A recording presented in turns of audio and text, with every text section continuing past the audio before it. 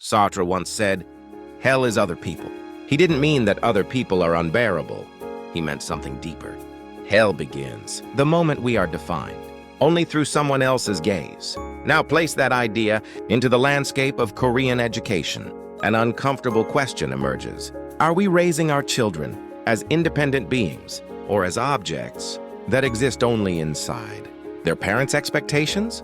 Korean education is built on competition, ranking, comparison, scores. Résumé, from the moment they are born, children are placed on an invisible track, a track built by the eyes of others. Parental anxiety comes wrapped in good intentions. This is for you.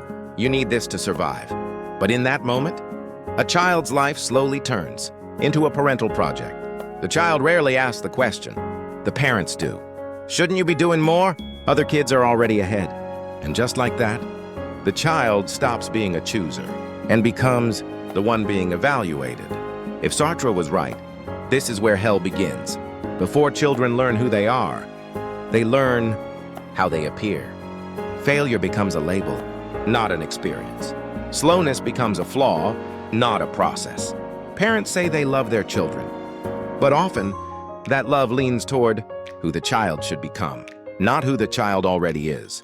The moment a child stops being a subject and becomes an object, trapped in a parent's gaze, love quietly turns into ownership. Sartre's hell has no fire, no torture, only an inescapable gaze. For a child, a parent's gaze is the first world they meet.